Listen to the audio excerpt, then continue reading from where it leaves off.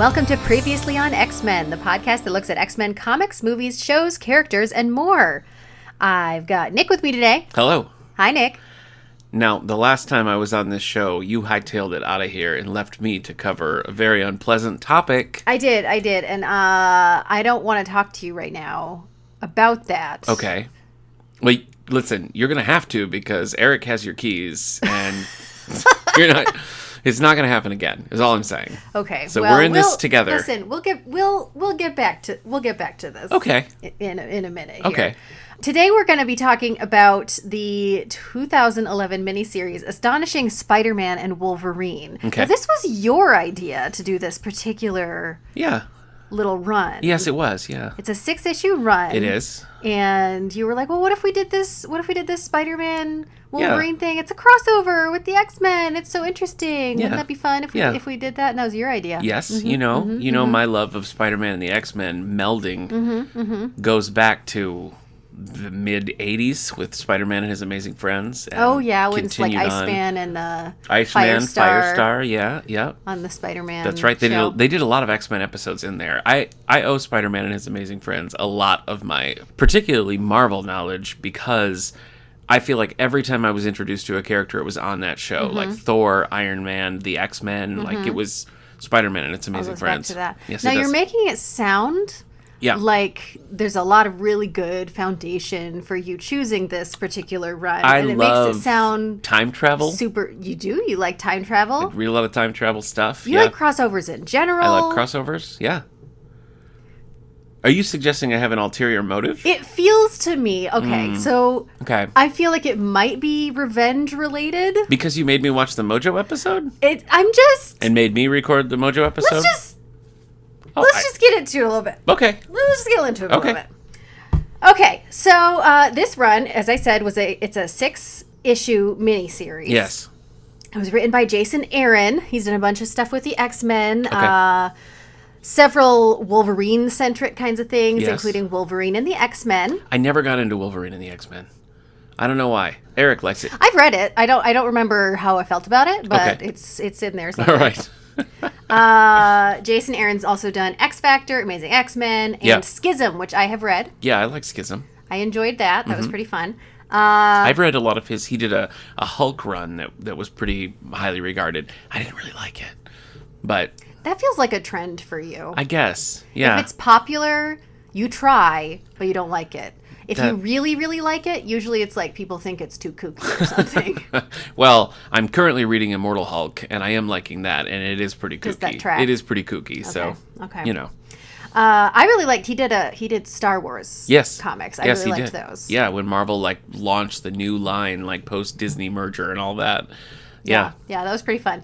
He also did some Thor, Goddess of Thunder. No, I haven't read that stuff. It's fine. Okay. I don't care super about Thor. Oh.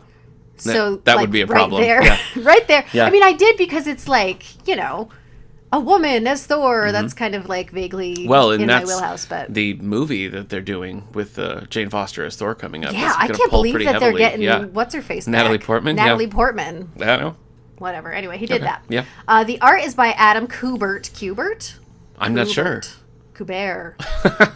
Take your pick. We should ask them first before we do this. Just call him up. Just call him up. Hey, how do you pronounce your name, sir? Yeah. He has done Avengers vs. X-Men, Ultimate X-Men, Uncanny X-Men, and X-Men 2099. Oh, yeah. I like the Ultimate X-Men. I don't like Ultimate X-Men, and a lot of it is because of the art, which I really don't like. Well, slam, Sorry. Adam. Listen, it's better than I could do. I just... Is it? It feels so 90s. Is it slightly better than you could do? No, I'm just saying. I'm not saying it as an art critic. Get out some paper.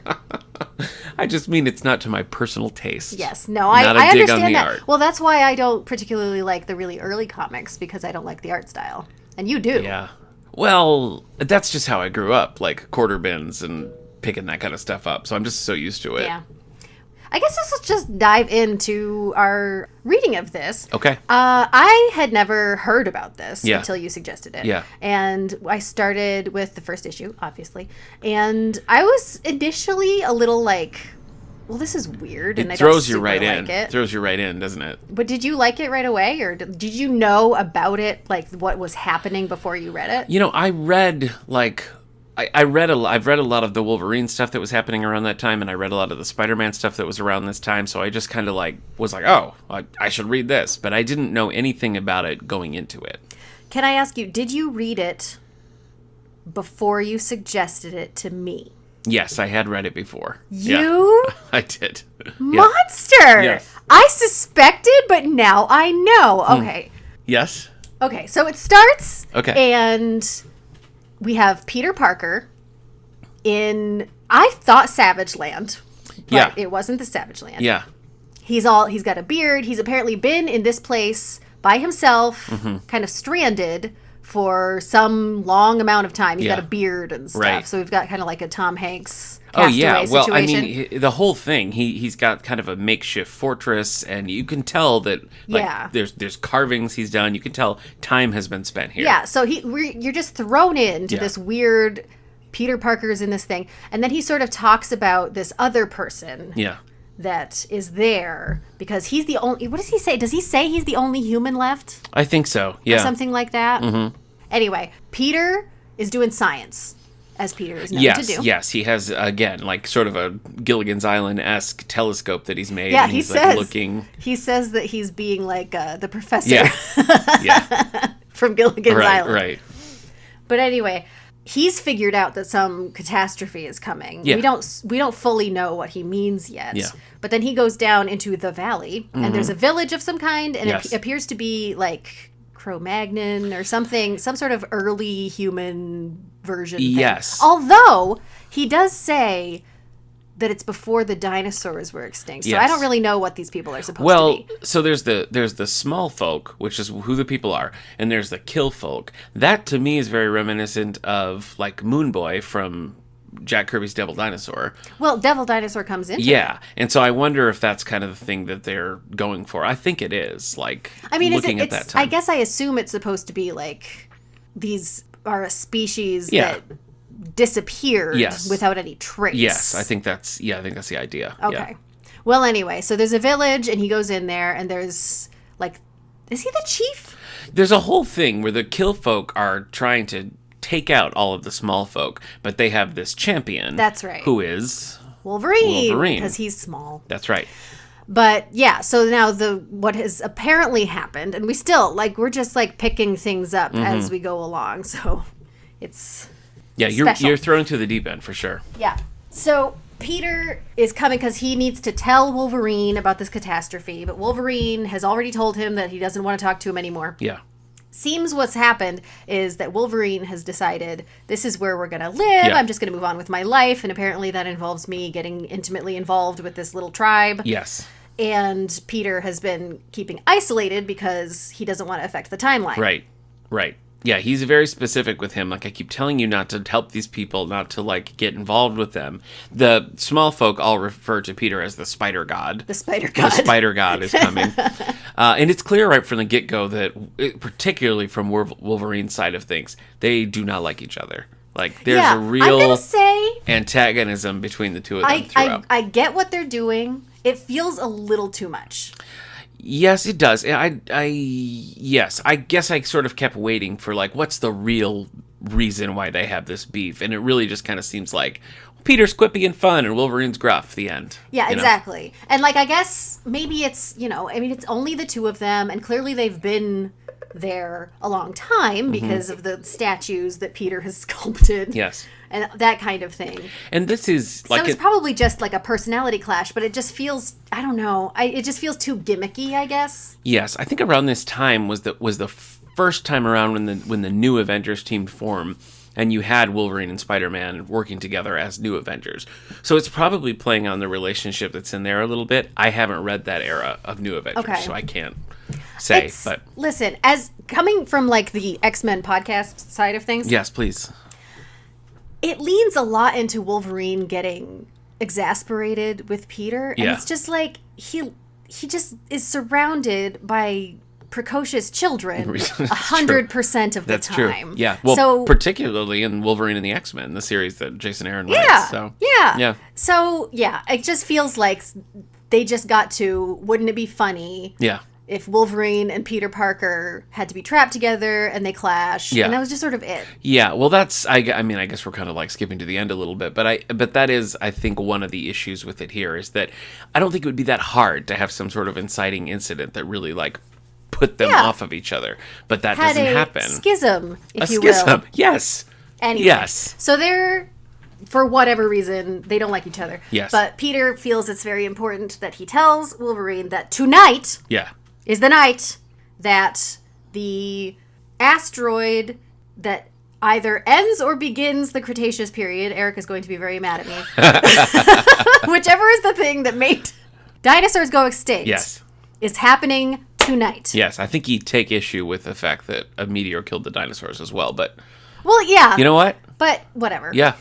So that happens. Yes. And throughout this whole thing, we have Peter... Like, it's his inner monologue. And he just keeps being like, I just wish I knew why this even happened. Yeah. Like, I know that we're here and all this stuff, but, like, what the heck? What is happening? Anyway, at some point, we see a flashback of a bank heist with the Orb, which is just a guy with a giant eyeball for a head. Yes. Yeah, you got it. And then his sort of, like, sardonic helper guys, henchmen. Yeah. Who are just sort of like talking behind his back about what an idiot this guy is. And if we survive this, then I'm going to go work for this other guy and stuff. And that was cute. But they are breaking into a vault, and one guy finds these shiny, sparkly, like glowing diamonds. Yeah. And he's like, hey, look at these. And then Spider-Man bursts onto the scene. Yeah. And starts, fighting. Yeah. Fisticuffs. Fisticuffs. Yes. Which is fighting, Nick. I know, yeah. And meanwhile, the Wolverine is chasing like a hired gun, and he backs him into a corner, and the guy is kind of like, hey, come on now. I was just paid to lure you here. He wants you to be here. We don't know who he is. We don't know what's going on. Yeah, and he's clearly an unhinged type guy. He ends up shooting himself. Yes, yeah, it's pretty dark, yeah. But anyway...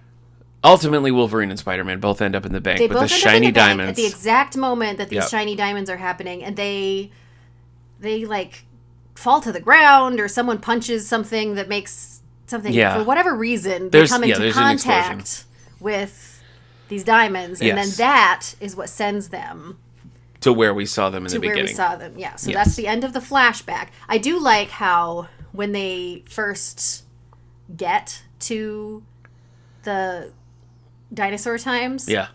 Spider-Man's first reaction is, how did we get to the Savage Land? Yeah. Because, of course, that's what he would think. That's what he would assume. But then Wolverine knows it's not the Savage Land because he can smell. Yeah, that's right. He knows what Savage Land smells like. That's right. And it doesn't smell like the Cretaceous period. It smells very different. The beginning or end of the Cretaceous period. Yes, one of the two. Mm-hmm. We find out that that's how they got there. Yes. We still don't know kind of like the overarching why, but we're starting to piece some things together. Yes, that's what got us there to begin with. And this is the point where we see the asteroid hit. Yeah, the asteroid hits, and they both think that that's the end. Like, they've prepared themselves, basically, emotionally, for death. Yes. Then Peter wakes up thinking that he's dead. Yeah. And is, like, expecting heaven, and then he sees Wolverine, and he's like, oh, no, it's not heaven, because Wolverine's here. Right. And then they discover they're not really dead. But for whatever reason, they were flashed out of that disaster into another time. A present time. And this is where we see a mechanical devil dinosaur coming after them. Right. I missed one thing before they go, because remember, Wolverine sees that, like, the woman with the... Right.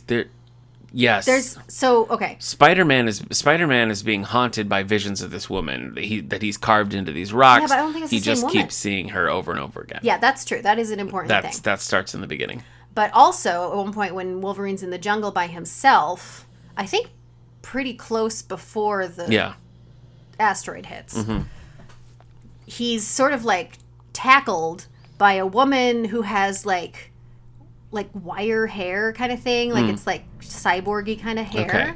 And she's like, no, you don't understand. I'm not the one who's doing this. Yeah. And then the asteroid hits, so we don't know what that was about. Yeah, so we're getting these little tendrils of, like, what's really going on. what that particular I thing don't is? think so. I think that's I think you can kind of make your assumptions towards the end, but I don't think it's ever really expressly said. I don't know. There's a couple things like that are kind of dangling. But yes, in the present day, devil dinosaurs coming after them, and that's the end of issue 1. Yeah. And Wolverine's like, yeah, I guess maybe I shouldn't have stepped on that butterfly. Yeah. So then, issue 2, Spider-Man is giving some kind of lecture about physics, basically. Yeah. And we discover that he, again, has spent some amount of time in this new timeline, and he's been teaching science to more of these small folk people. Yeah. And so we're like, what was happening? Because he's in like a city, like a demolished city, sort of. And I feel like that is kind of like him being a teacher is kind of a callback to like the J. Michael Straczynski run or like Peter David's Friendly Neighborhood Spider-Man, where he's like primarily is a teacher, and that was kind of, this was coming out of that time. So I think that was a nice connection there. But yes, the small folk are here all over the place, and Spider-Man's trying to like... got to be some like post-apocalyptic future thing. Yes. So like the first time we see them is like way back in time. Now it's like ahead in time. We still don't really know what the deal is there, but it's still them. It's still these small folk. Yeah, it's a little confusing because it in some ways, you know, it's because Wolverine helped them that they managed to stay, you know, a species. We get a little bit of an explanation. But like, you see things in Spider-Man's lab when he's in there and he's teaching them. He goes into this room and he's got like a little helper, and you see all sorts of stuff there. You see Cyclops' visor, you see the Silver Surfer's board, you see a cosmic cube, you see Ultron's head, you see the crystals from the robbery. So it's like something has happened. Yeah, if this is like a timeline mess up, then why are they all those like gone exist? or dead? Yeah, I don't know. And all that stuff. So I guess the next thing we see is Wolverine kind of hiding in a little like dojo kind of a setup. Spider-Man is working on some kind of weapon, and we don't really know for what reason, but that's what he's doing. And Wolverine is kind of in a place like no trespassing and blocked off, and is trying to like be at peace. Yeah. You know. And again, Peter discovers a big disaster coming and decides he needs to go tell Wolverine. Right. So it's like a mirror of the first issue.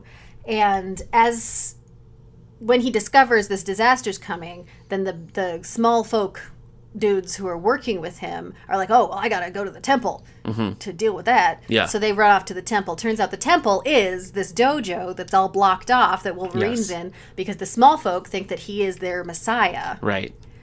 Because he's part of the story from forever ago. Like he's... So what comes out through that kind of moment, like figuring that whole thing out, is that it's not really an alternate future. It's just so far in the future that humanity has collapsed. Right.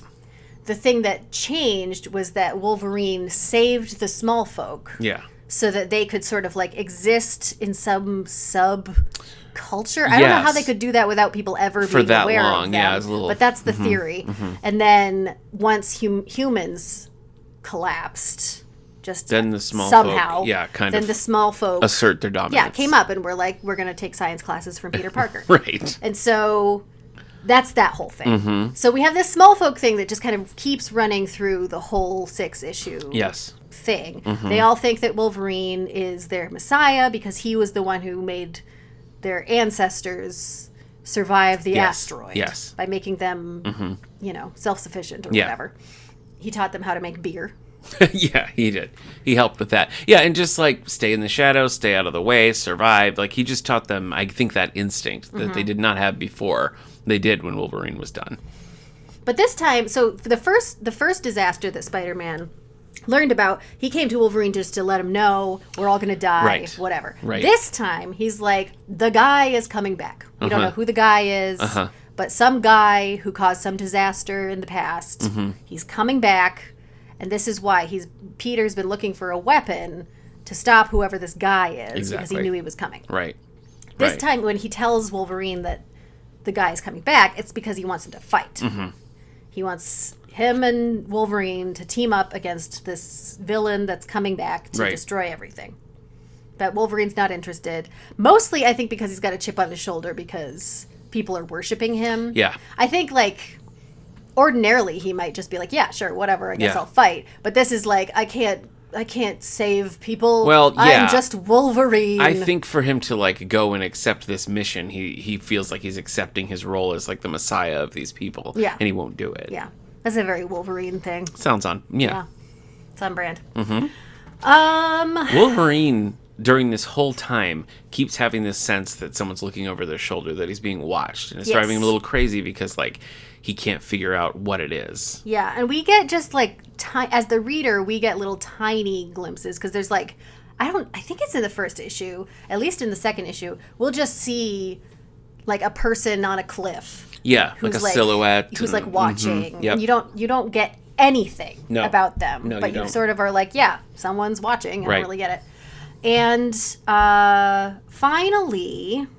Well, Spider-Man just gives up on him, basically. And he's like, all right, if you're not going to do this, then, I'm going home. Spider-Man still can't shake the visions of this woman, but he's got to power through and find a weapon to destroy this threat that's coming. That's right. So he's back in his kind of, like, science-y, workshop-y thing. Right. The orb from the first issue, the eyeball guy, kind of pops into...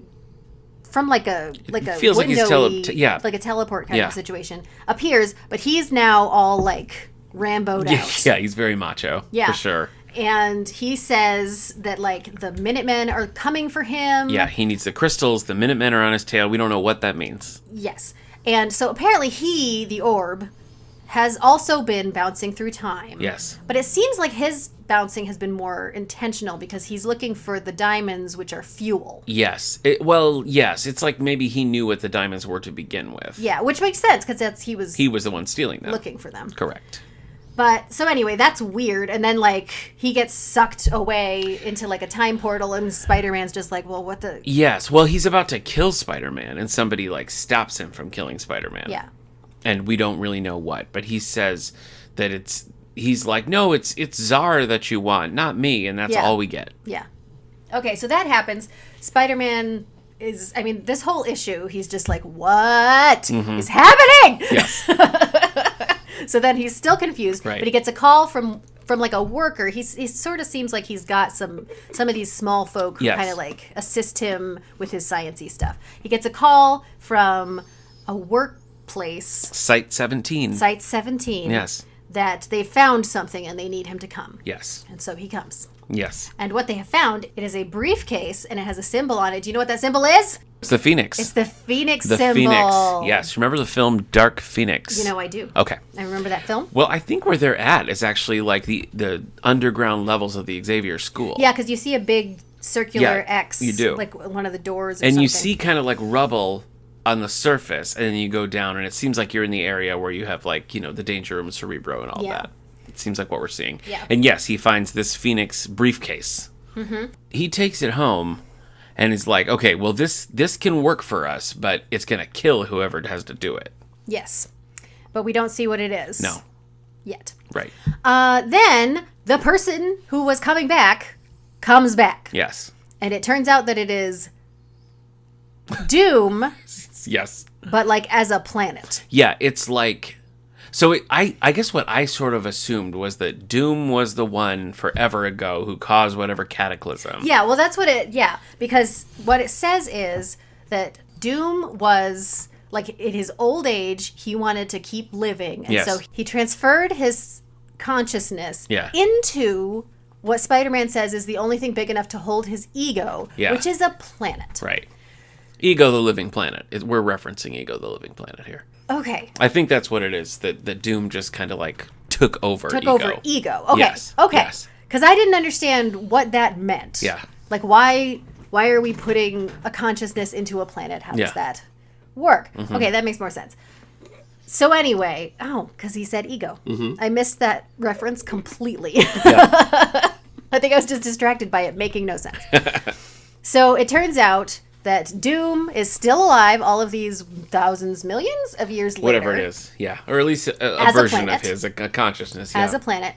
And he's coming, and like the transfer of his consciousness somehow ended human civilization. Yeah.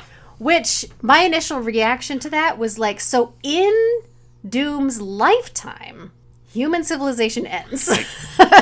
Well, it's not in ruins. Like what you see, there's still buildings and stuff. You know what I mean? It's not just like a weird tundra. But yes, Doom, the living planet, appears and sends all his Doombots down to destroy. Yeah, and he does seem a lot less sentient. Yes, he does. Than like a person. Then he seems a little more like on autopilot kind of a thing. We get another good moment here with the mech version of Devil Dinosaur coming out and trying to help lead people away.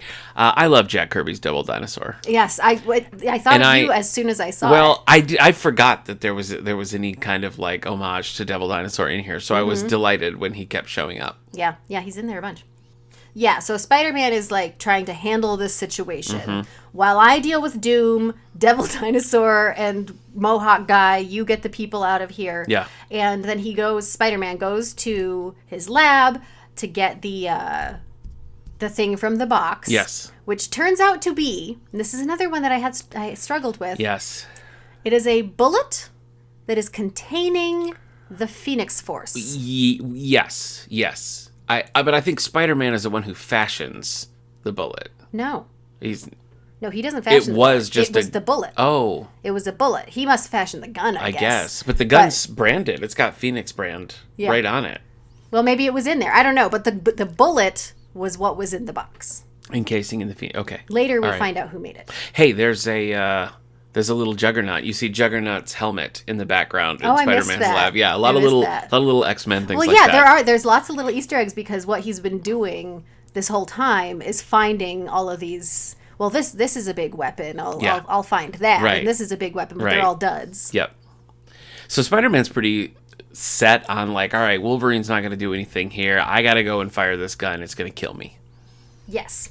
And so as soon as he says that, we all know what's going to happen. Sure. And it does. Yes. He goes to take the gun so that he can shoot Doom. And then Wolverine sneaks up behind him and knocks him out. Because if anybody's going to be killing someone, it's going to be him. And he's using the Phoenix Force. He says, Jeannie and I got this. Yes, which is cute. Yep.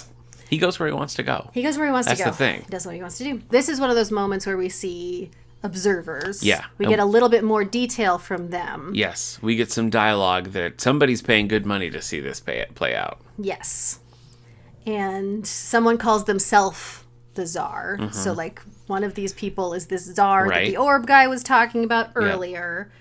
And the last thing that we see is it's these guys, right? Yeah. Couple of villains. It's a couple of guys. One of them has a bat, like a baseball bat, studded with those time diamonds. Yes. Yep. And that's just the end. It's like, okay, so now we see who these people are, but what the heck? Yeah. And that rolls us into issue 3. So issue 3, Wolverine has the Phoenix gun. The small folk people are just milling around and they see him. Yes, as soon as he emerges. They're like, it's it's happening! It's happening! Here with his Phoenix gun. Yep. And so he kind of has to fight his way through all the Doombots and all this stuff. He climbs the Statue of Liberty's torch, which felt to me like a Planet of the Apes kind of a thing because it was like a disaster. The angle was right. Tipped over. The angle was right. You couldn't really see. You could see just the crown. Yeah. And then the torch. See, that's funny because it made me think of the X-Men movie. I was like, oh, he's back at the Statue of Liberty again. Hey, But no, I think you're right. I think it was an homage to Planet of the Apes. So he's very picturesquely standing on that, and he's got the Phoenix gun. Spider-Man tries to stop him. I don't really know to what end because someone's got to die anyway. Right. But I guess he's got, it should be me, whatever. Or maybe he just thinks Wolverine's not aware, but yeah, Spider-Man is trying to get to him. But before he fires it, and as he's walking, you get a lot of cool introspection from Wolverine. Yeah. Talking about how he's done all of these things, and he's lived so long. He sings the song My Way, I think, at one point.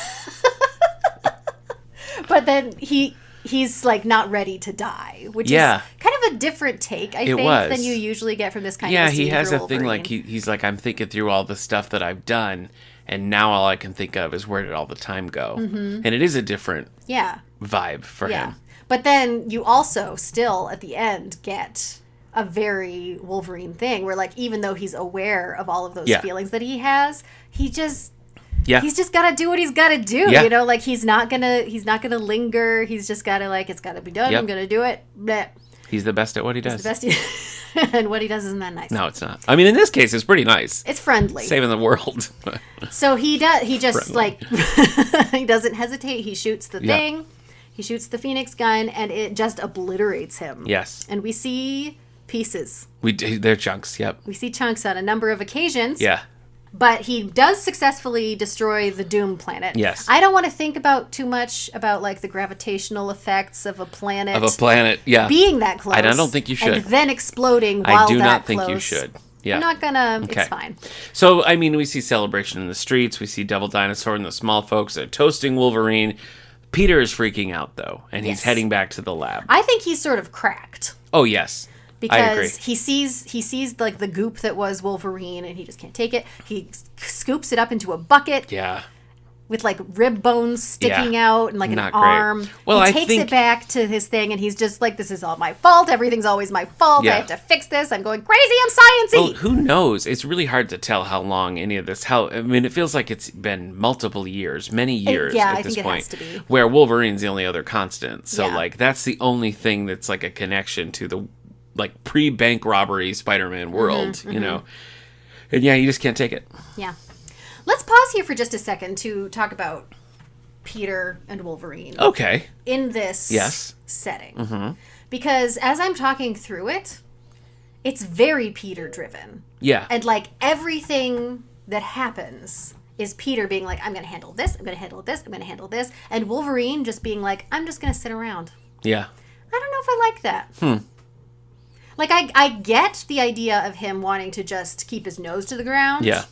I don't, and even like accepting the situation and not, and like Peter is obsessing and like trying to solve the problem. And if Wolverine thinks that it's really not solvable, fine. Yeah. But there's just a lot of like inertia coming from Wolverine. Well, and like sort of a lot of nesting weirdly, where he keeps like joining, finding little like groups, like villages and things. Well, in issue 1, I totally bought it because there was a giant meteor going to hit the Earth. Yeah. And they have like sticks. And like they had no idea what was happening. Right. Like for all they knew, and it had been years. But this where it's like Dr. Doom is back and we need to fight him. Yeah. That's a little. Go fight Dr. Doom. Yeah. I mean, this is standard. Yeah. Well, again, I think it comes back to groundwork. Just like the schism between Wolverine and Spider-Man just sort of being like, they irritate each other. It's the same kind of thing. Wolverine is resigned to this fate. Why? Yeah. You know what I mean? Like, you've seen that before. It's usually gene-centric when Wolverine's depressed. But, like, you know, something could have happened that made him be like, you know what? Yeah. But it didn't. Yeah. It didn't happen. So, yes, I agree. Yeah. Shall we resume? Let's resume. So here's a scene that I hate. Oh, okay. So much. I was curious what you think about this. I hate it with a burning passion. Okay. It's just deeply upsetting and sad. Yeah, well, and I hate it. It's the kind of thing that happens sometimes in these more like, I don't know what the word is, fantastical sort of genres that every time it happens I'm like, no. Don't do it. I hate this. Okay. An example is Buffy the Vampire Slayer. Anyway. Okay. I'll take your word on it. I won't go into that more due to spoilers. Okay. So the next thing we see, Peter is freaking out, wanting to We don't know why. He's trying to get to the Cosmic Cube. Yeah, he we don't know. He needs to fix the situation. Yep. And he's seen the Cosmic Cube. He can't get it to turn on, but that's the thing. The Cosmic Cube can do anything, so I've got to get that thing to turn on. So he does by kind of willing it to turn on, basically, seems like. Yep. He had the power all along, Hilary. He had the power inside him. Inside of him. Inside him. So he wishes for Wolverine to come back. Yes. He's in the process of being like, I wish. While he's doing this, we see Logan as like a young boy in this like void, and he's like, I'm dead, I'm all alone, this is what I deserve, this is what the afterlife is. And then his mother from off screen is like, Logan, I'm sorry I've been waiting for you to come so I can apologize for how come to me and I will hold you. And he's like, that's all I ever wanted, my mother's love. That's how it happens. And it's just like it's just flashing between this with him finally getting all he ever wanted and the peace, and he's so tired and all he wants is to rest, and his mother just loves him and he's finally going to be with his mother. Yep. Meanwhile, Peter's like, I wish Logan back. And so you have the one frame of Wolverine and his mom, their hands are almost touching, and then flash, he's alive again. I hate it. It's really left an impact on you. And then Wolverine, he's back and he's pissed. He's very mad and naked. Naked. And so then you have a little fight out between Peter and Logan, and Peter's just like, I don't know what happened. I don't think he ever figures it out either. I think he's just like, I saved you, and now you're trying to kill me. You're trying to kill me, well, but okay. He says, I could have left you as a bucket of beef stew, which is gross.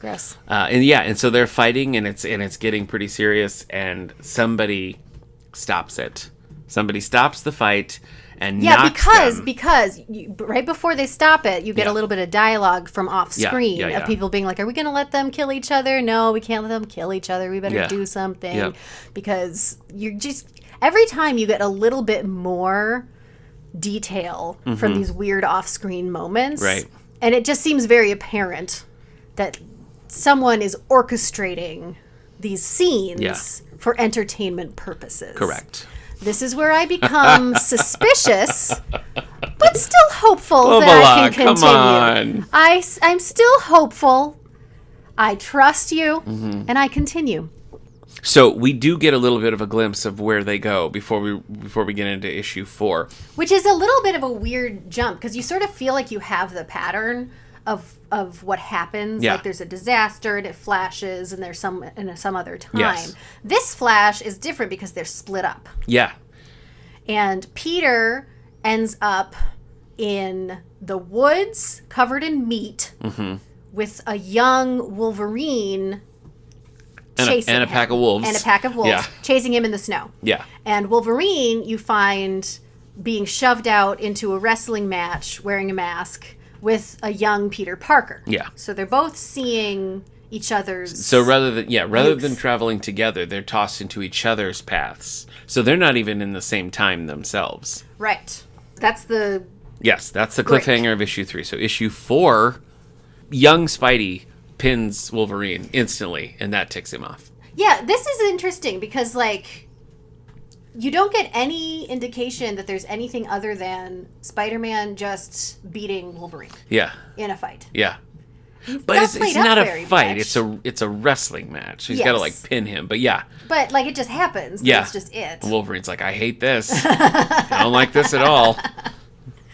Spider-Man is like next level cocky, and it's like he's the teenage version. We find out it's before the whole Uncle Ben thing. And so he's just like... Is something happened to Uncle Ben? I don't know. Don't spoil it. We'll just have don't spoil it. With great Hilary, power. go on. Yes. Do you remember in the Andrew Garfield movies how desperate they were to not say with great power comes great responsibility? Let's find all the synonyms. Or Martin Sheen. Not good. Oh my gosh. So anyway.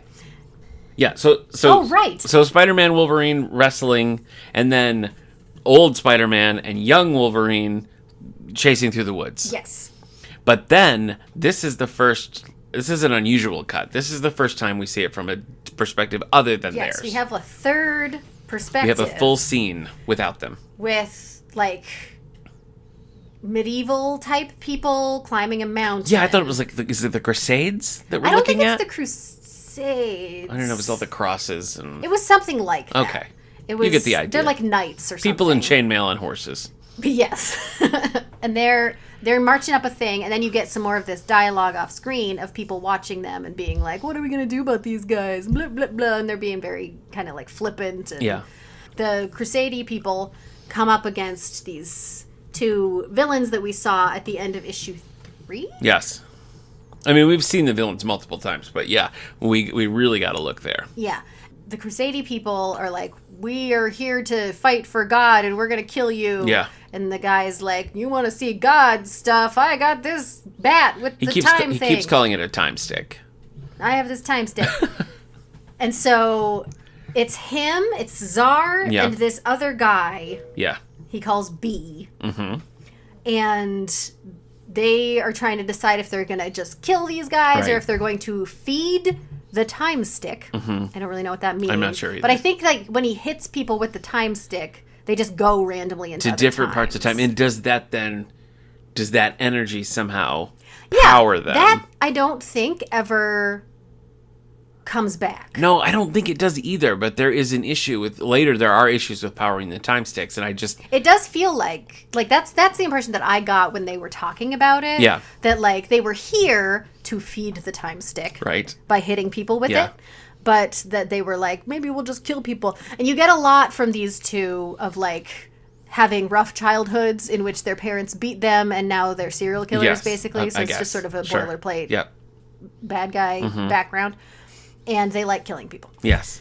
So they do kill the Crusade people. Correct. Or send them to different eras. Who knows? At least one of them they send to different eras because they hit him with a time stick and he vanishes. Yeah. And everyone else is like, what witchery is this? Yes. And then I'm pretty sure they kill a bunch of them, though, because later you see lots of blood and bodies and things. Okay. They okay. leave the horses okay. Yeah, the horses are The fine. horses are fine. There you go.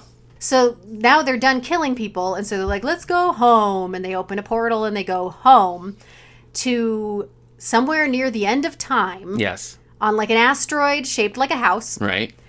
And there's like all of these like people from different times just like hanging around in this like weird extravagant party in a mansion, which is apparently their home. Yeah. Then they meet alternate versions of themselves, which is apparently a matter of course. Yes, Zar keeps running into different versions of Zar, and it's a whole thing. Because they all just keep coming back to this same place, I guess. Yeah, and they're like, are you from my past or my future? And they're like, I don't know. Yeah. So this is like a... Let's go find James Brown. This is like a different feel for time travel. Yes. Like these two with the time stick seem to have really firm control over the time situation. They seem pretty safe. Like they can't damage themselves with time travel. Yeah. They're just like really, they just seem just like they can go wherever, whenever, do whatever, and they're fine. There is a reference to Kang the Conqueror. Yes. Just a very passing one, Yeah. which I think must just be because like obviously people are going to think about Kang the Conqueror. Yeah. And so at one point Zar says something about like Kang the Conqueror can't conquer my foot or something like that. Flippant thing that's Stitch only that on a pillow. But I don't think it was exactly that. Well, it might have been. But there's just that little kind of passing thing. Which I think is good to reference. Like if you're not going to Yes. use Kang, I mean, Yeah. maybe reference, which is a good call. It was a good call. So there's that. We sort of are starting to piece together what their deal is. Yes. Then we're periodically going back to where Wolverine and Spider-Man are. Wolverine is pretty okay. You know, he's in New York in the 2000s. He's just kind of like figuring out what he's going to do. He's sort of in a pretty safe space. Yeah, he considers like, well, maybe I should find the Reed Richards of this time and see if like I can explain it to him and we can figure it out. I don't know. Yeah. But before he can do that, he discovers that he's right by the bank where this all started. Yes. And, well, if it's about these diamonds, then maybe those diamonds are already there in the bank. So I'm going to rob this bank. He walks toward the bank, leaves teenage Spider-Man, and he's like, I'm going to go rob this bank. Don't try to stop me. Spider-Man's like, I'm not going to try to stop you. I do my own thing. Yeah, he's like, I'm a wrestler. I'm not and a crime Wolverine's fighter. like, what? Well, this is another thing that I felt like was kind of dangling because Wolverine seems to have like there's a physical manifestation of Wolverine having like a flash to all the stuff with Uncle Ben. Yes. Because young Spider-Man sees it. He's like, "Why are your eyes glowing?" It's like a fire in his eyes. Yeah. And then he sort of senses. So is that the Phoenix? Well, we're not sorry. there yet. Sorry. But yes, I think so. Okay. But yeah, so he senses that whole thing with the Uncle Ben and the not stopping the robber. And remind me again, when you have great power, is there There's a different correlating element of responsibility. Sure. So with great power. So like if you have not a lot of power, then there's less. Little responsibility. Okay. More power, like as when it you increases. Have a lot. Okay. In correlation to and there's that, a greatness there's with more both the power and the responsibility. Got it. Okay. More got power. Got it. You see what I'm saying? So Wolverine decides not to tell him about Uncle Ben for whatever reason.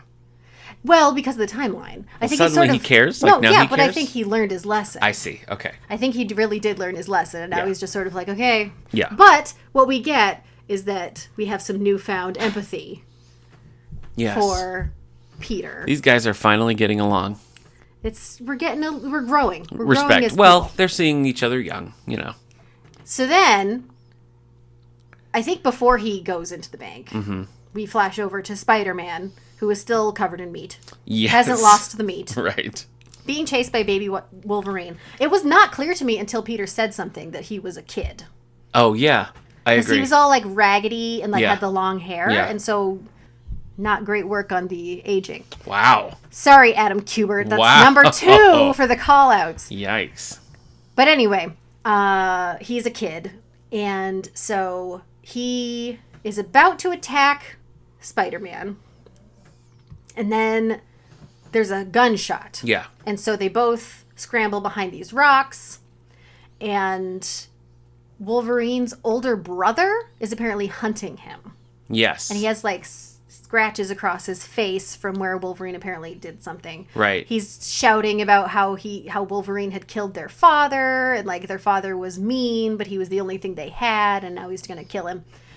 So basically, Peter is seeing, like, oh, Wolverine had a sad childhood, and so empathy is growing on his side. So this is a little reminiscent of Wolverine Origins. Did you read Wolverine Origins? I did. Yeah. And that is actually done by, don't at me. I think it's Andy Kubert, like they're brothers. Oh. And so I kind of thought maybe that was like a little nod to, yeah, you know what I mean? That's like using that style and everything. Mm-hmm. Anyway, but I thought that was kind of cool. Yeah. So then Wolverine jumps out to attack his brother. Spider-Man tries to stop him, but it doesn't work. And then there's a big explosion for some reason. Oh, there was because he had TNT. Yeah. The brother had TNT. Yes, and there's a mine there that seems to have some of these diamonds. The time crystals, that's right. Yeah. So Spider-Man tries to stop them, but then the explosion happens and it throws him into the mine. Yeah. Throws Spider-Man into the mine. Yeah. And then he's sort of like, as he falls through the time crystals, he's sort of flashing to different timelines. And yes, and he sees the woman who's been like in his mind this whole time. Yes, in sort of different settings. Yeah, in different settings he keeps seeing her. He sees her at like a picnic. He sees her. Does he see her at the bank? I think it's something like that. I don't think so. Maybe. It's her in like modern-y looking things. But anyway, he doesn't know what's going on. Right. And so a big cacophony of everything going on, and then we jump to Spider-Man and Wolverine are together again in the same time, being burned at the stake, and it's all being watched by... We see a nice spidery kind of hand with someone talking about how they can control all of the entertainment in the situation. They can make any plot line work and all this stuff. And I began to get a little annoyed. Oh, did you? I began to suspect something that might have been happening. And the next page, it was a Mojo. I skipped an entire episode He's back. of this show. Yeah. Well, Eric and I just felt so bad that you had to miss so much Mojo. I can't believe you did. I was shocked. I was like, you didn't. You know. You tricked me into reading a Mojo thing. You know what? After Eric and I did that episode, I was reading Spider-Ham, and there was a big Mojo thing in there. He's and everywhere. He's everywhere. He's everywhere. He's everywhere. Anyway, so it's all Mojo. Whatever. That's right. Issue 5. Freaking Mojo. Issue 5 opens up with a like a fake opening credits, like a chibi kind of a thing. With with Spider-Man and Wolverine being like, we're Spider-Man and Wolverine. It's like the Spider-Man and Wolverine show, which again is what Mojo should have been doing in that episode, doing like I don't know. I didn't watch it, so irritating. But this was kind of fun.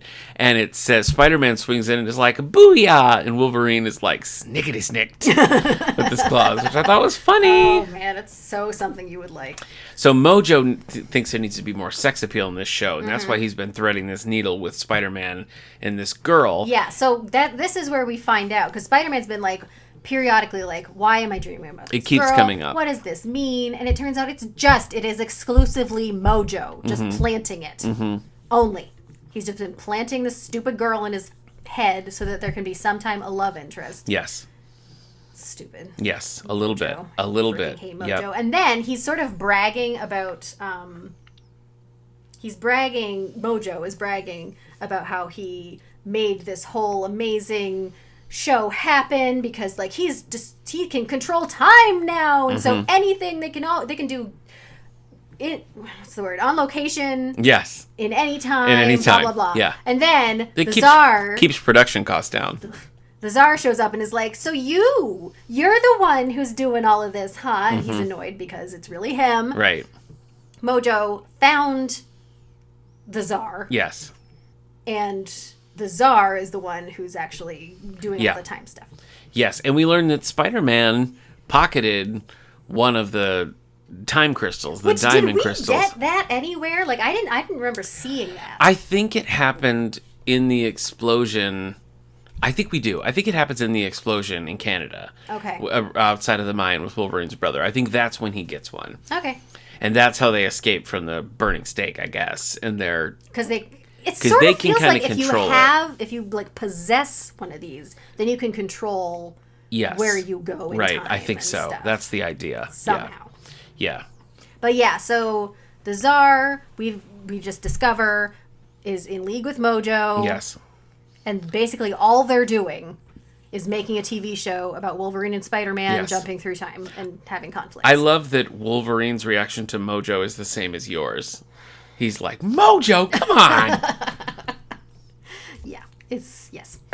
From here on, it's been weird the whole time, but it starts to get a little trippy at this point. See, but I kind of like it because it just starts to feel more straightforward and like you know what's going on. Yeah. Which is funny because that's what Spider-Man has been craving this whole time. Right. Anytime someone that seems like just a straightforward villain shows up, he's like, okay, you're right. Tell me your whole plan. Right. I'm here for it. Yeah.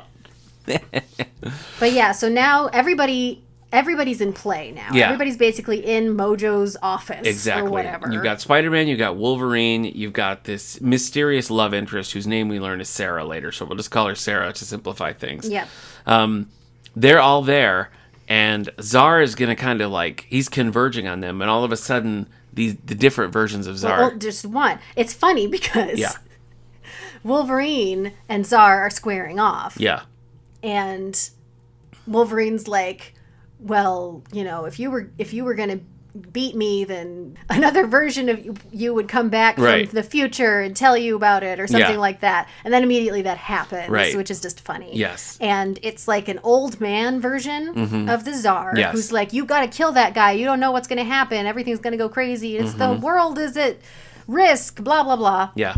And so there's a conflict there.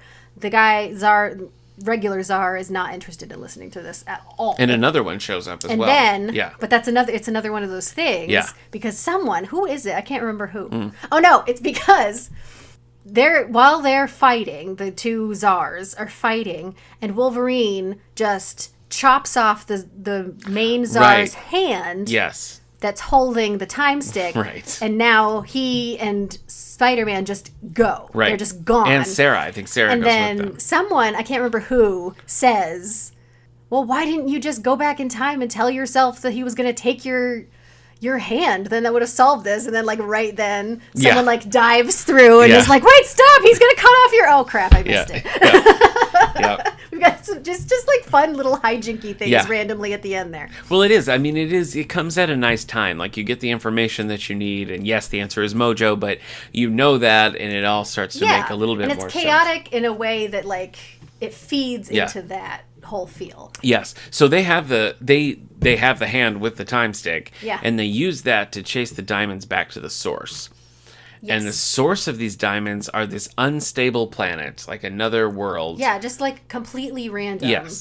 Yes. And it's set to, this world is going to explode. Yeah. And it's going to send a meteor and kill the dinosaurs. And deliver all of the dinosaurs. And deliver the diamonds. All the diamonds. Yeah. Yeah, and that's how it all happens. How it begins, yes. Wolverine keeps having sort of sensey things happening. Yes, right. And he knows that they're calling. So they gather up as many of these time things as they can. Yeah. Wolverine studs his claws with them. And Spider-Man puts them on his eyes and arms. He has them on the bottoms of his feet at one point. Yes. And he says he's got diamonds on the soles of his shoes. And he's like, please, someone get that reference. And I was Anyone? like, I got Get that it? reference. Get it? I got that reference. It's a Paul Simon reference if you don't get it. Yeah. Diamonds on the soles of your shoes. And so anyway, then they're like going to come back swinging to deal with this Mojo situation. Right. All the Zars are fighting each other at this point. So Bejeweled, Spidey, and Wolverine show up. And Mojo's, he has no complaints. He's got no notes. Yeah. He loves it. Yeah. He loves it. His workers and stuff are like, this is a disaster. And he's just like, I want to be remembered by this. Yes, that's right. For this. Yeah, this is the thing that's going to define his career. So Spider-Man's kind of getting in the fray. Wolverine comes in, but he's not just Wolverine, is he, Hilary? He starts to hover. Yeah. Because now Wolverine is Dark Phoenix. Yeah. We have Dark Phoenix in Wolverine's body. Yes. So I guess this is what has been sort of like happening to him throughout. The senses that he's had and everything. Where it's like, it's just been the Dark Phoenix just kind of in there. And so everyone's just sort of like, well, this is terrible. Right. Right. And he's doing the whole like dark voiceover of like, I will destroy the planet. Yes. I must destroy life, whatever. And there's just like a hard cut. We don't really see what happened. No, you don't see the resolution. Then we have Spider-Man waking up from a dream or something. Yes. And he's on a picnic with Sarah, the random woman that Mojo was planting as his love interest. And who is in fact a real woman who was pulled into this. She's a real woman who was in the bank when the whole time thing first started. Yes. And Mojo just like plucked her out. Just grabbed her. Well, remember a similar her. thing with Orb. Like Orb got pulled into this too and was like bouncing around. So this woman got pulled in and Mojo used her. So this is where we start issue 6. We're 3 years later. Spider-Man's in the 19th century with Sarah Bailey having a grand old time. Yeah, and they have apparently spent these years building a life together. They're clearly in love. It's a very nice situation. Spider-Man has a lot of voiceover-y stuff happening where he's thinking about them, they have a solar powered cabin. Yes, he's invented the bacon cheeseburger. And he has the woman he loves and the coolest best friend. Yes. The coolest best friend, Hilary. You don't like it? It's too much. What about the spider pattern brim on his cowboy hat? Oh my gosh, I didn't see that. Oh, it's pretty sick. It's pretty sick. Funny. Let's pull up Etsy real quick. You know what we didn't talk about? Okay. Where he got his costume in the future. Yes. Yeah, back in issue 3 when they pop into because he's in like full costume. We haven't seen him in his full spider costume yet when we hit issue 3. Yeah. He's in full costume and then you see that there's like an old wax museum. Yeah. And Spider-Man was in a display of the lamest superheroes, which, by the way, Squirrel Girl was in that. And Squirrel Girl is amazing. Both Steve Ditko creations. So this is just a slam on Steve Ditko. Maybe it is. Yeah, maybe it is. Anyway, so it's him. He got the costume off of his display. Yes. And it has the word lame on the butt. Yeah. Yep. But anyway, that's way back in issue 3. Yes, but we're in issue 6 now. Issue 6. So they're having a grand old time. And did we say what time? It's like the 19th Old century. West kind of time. Yep. So they go for a little ride to this local tribe, and who should be the chief of this tribe? I don't know. It's Wolverine. When was this written? It's Wolverine. 2010.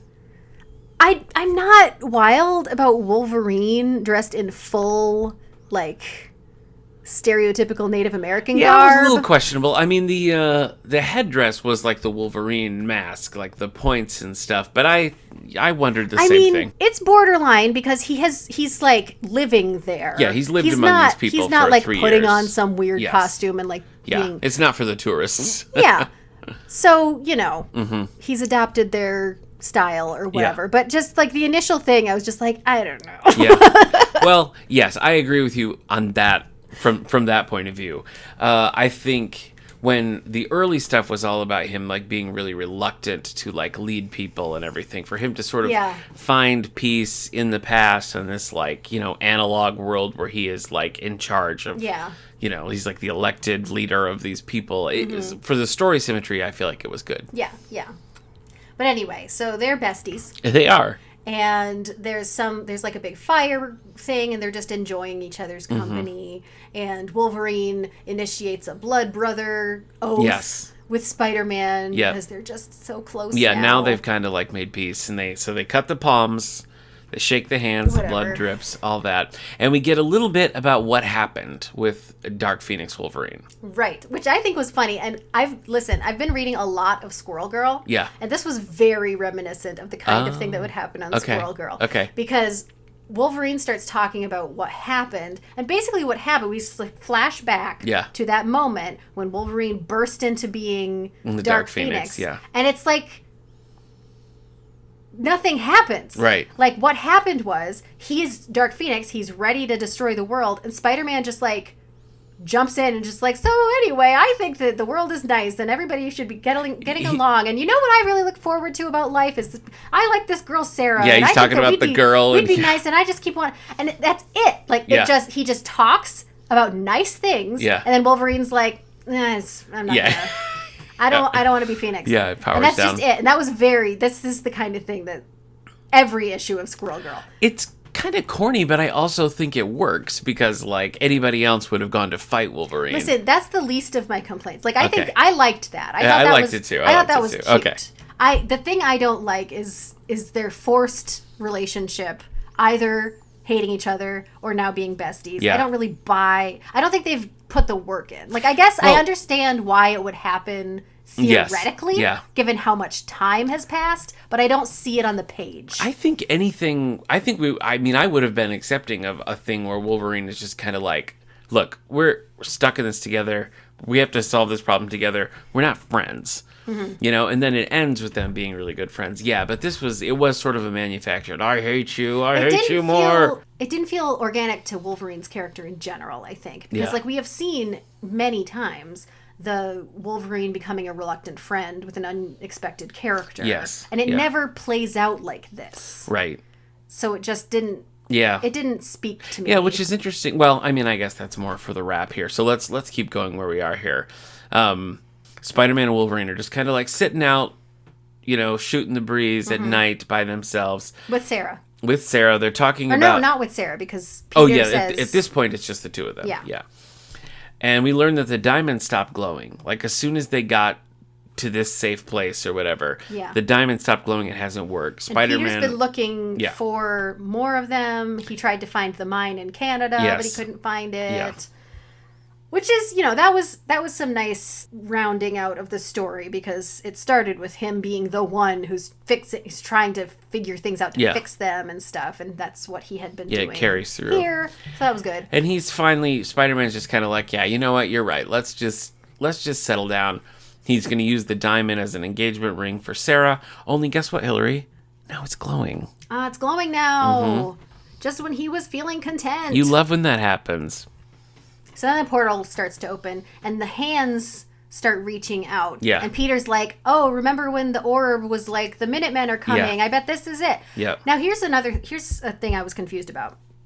He now seems to know what the Minutemen are when that happens. Is that like a hindsight thing?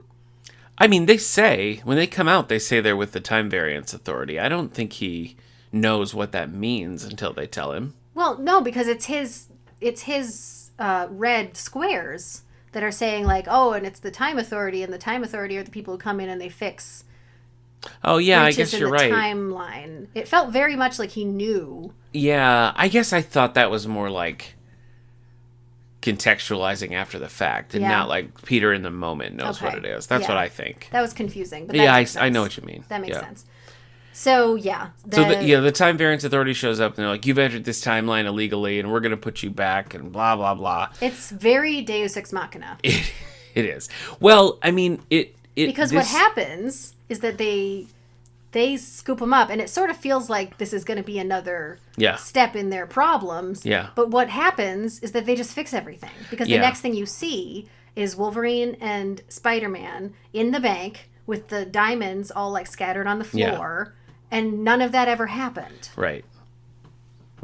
Yeah, and we did, like, when Orb is pulled in, like, he's pulled because he's, like, breaking the timeline and stuff. They could have done a little bit more with this thing.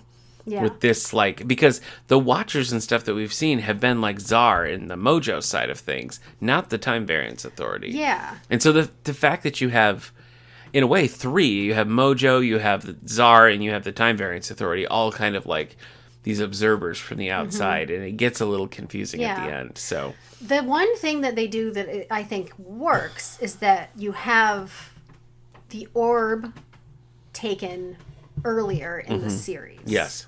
So, like, that I like because they all, if there were more of those kinds of things, of people being taken at different points in, like, Spider-Man's experience of the timeline, and then they all end up having been taken at the same time. Yeah.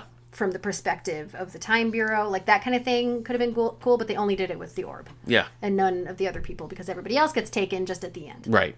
Yep. It felt to me like they reached the end of the run and, like, had always planned for the Time Bureau to be a thing, but then it was just sort of like, now we got to do it. And they took everything and now it's done. Yeah. So they do restore it, and they're back, and Peter's, like, so excited, and he's saying to Sarah, like, I can't wait for you to meet Aunt May and all this stuff. And she's like, who are you? Yeah. So Peter remembers. It seems like Wolverine remembers. We don't get firm confirmation on that. We do get confirmation that the orb remembers because he complains that he looked really cool, and now he looks lame he again. did look pretty macho. Spider-Man's like, why did they let me remember and they didn't let Sarah remember? You don't get an answer to that. Yeah. And that's just sort of it. Yeah. They kind of like go about their business or whatever, but they keep feeling these, like, the timeline that happens, it's like some of it really did happen. Like, Spider-Man remembers wrestling Wolverine early in his career and stuff like that. And you still have the small people beer. Yeah. Or small folk. Yeah. And there's like a documentary or something about the mysterious carvings of this woman from, Like, I don't know, maybe the Time Bureau does just minimal damage control. It could be. So we go through and we're kind of seeing all these different things, and we're seeing, like, the ways the stories might still, like, come to fruition a little bit. Yeah, just sort of like little, like, mini shots of things. You see Beast being like, I feel like maybe I should make a bullet out of the Phoenix Force. Yes. And Dr. Doom is like, Ego the Living Planet. Interesting. I could work with that. Yeah, and it ends with Wolverine seeing the cut that he had made to do the Blood Brother thing with Peter. Yes. Which I guess is supposed to round us out. Like, I guess maybe the idea is that this whole thing was supposed to be like a character study with the two of them. Yes, but it's not. I don't know. No, it's not. I mean, supposed to be. Right. It also is hard to track the tone of this thing. Yeah, it is. So what did you think in general? Did you like it? Well, hold on, because we have an epilogue. Oh, right, the epilogue, which also was weird. It was very weird. So the epilogue, we just see Wolverine's brother stumbling out of the diamond mine and being transported into the present, and that's it. Yeah. He just, like, comes out of an alley and scares a cat. Right. It's like, well, I know what's going to happen now. And we're all like, okay. Yeah, and I kept looking. I couldn't find any reference to them talking about a sequel or that thread being picked up anywhere. It was weird. It was a weird thread to drop. It was. Like, why? Yeah. Why is that your epilogue? Yeah, I don't know. So, did you like it? I think ultimately I did. I didn't, there was a lot of parts about it that I did not remember from when I read it forever ago. And so reading it again, I was kind of aware of, like, where we were headed and a general sense of what was happening. And so I think that probably helped, but I did enjoy reading it. Since you read it twice, the second time, did it feel, like, intentional? I don't think they do enough to set things up.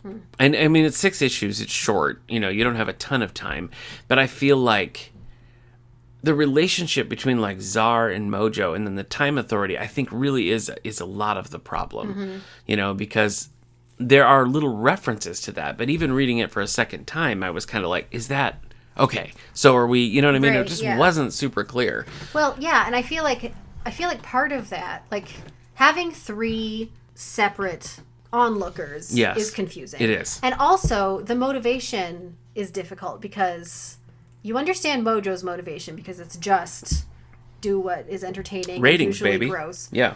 The Time Authority, in the end, you're like, oh, yeah, they're fixing time, I guess, whatever.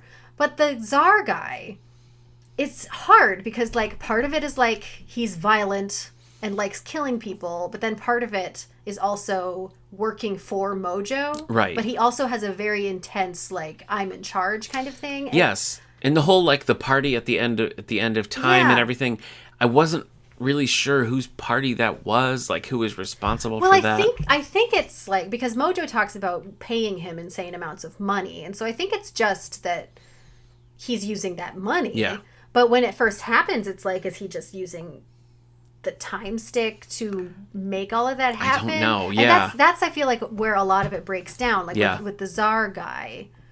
And I don't know why they needed an extra person who was that intensely characterized. Agreed. Yeah, for him he to could have have just been Mojo's henchman. I think that would have clarified things a lot. It was weird. You know, I recently read a crossover called Monsters Unleashed, and it's basically like a Godzilla kind of thing. It's like a bunch of monsters are coming out, and the heroes all have to kind of like unite and fight them. And there is just no depth to it. It's just pure chaos and like fighting and cool team ups and crazy things happening. The end. Yeah. Doesn't go for depth. I sort of feel like this would have been stronger if it was that. If it was just like Wolverine and Spider-Man are forced to work together through a crazy time travel shenanigans. The end. But Wolverine's staring at the cut in the glove because he and Peter have this deep relationship now and stuff. Right. There's a lot of stuff where I'm just like, but do they? Yeah, it was like overreaching in a few different ways. I feel like I enjoyed it. Yeah. As often happens on this show, I end up sort of talking myself out of liking things because the more you talk about it, the more you focus on like, well, that doesn't really make sense. Yeah, you definitely shouldn't pull the threads. Like, we're pulling too many threads right now because... So I liked it when I read it. Yeah. I think I would still say I liked it. I mean, it's like, it's fun time traveliness. I think that for the most part, the balance of the tone works pretty well. Is it a Spider-Man title that Wolverine is in, or is it a complete crossover? It's just its own thing. Yeah. Because it reads as a Spider-Man. It does. Thing. Yeah. Yeah, which it was not how I remembered it, but like I think that Spider-Man is the one with all the agency, and it feels like it's Spider-Man's arc, and Wolverine is there. Yeah, he's a guest player. Right. But having said that, I think that Spider-Man is the right lens for this story. Yeah. Because the humor he brings gives it a lightness that, as a reader, you can just be like, weird. That's weird that just happened. Yeah. And you can sort of not attach too much to things while you're reading it. Yeah. So I think that helped. Well, I think all this stuff, like when you see Wolverine, like in prehistoric times, just like helping this tribe and fighting and stuff, you're kind of like, yeah, Wolverine.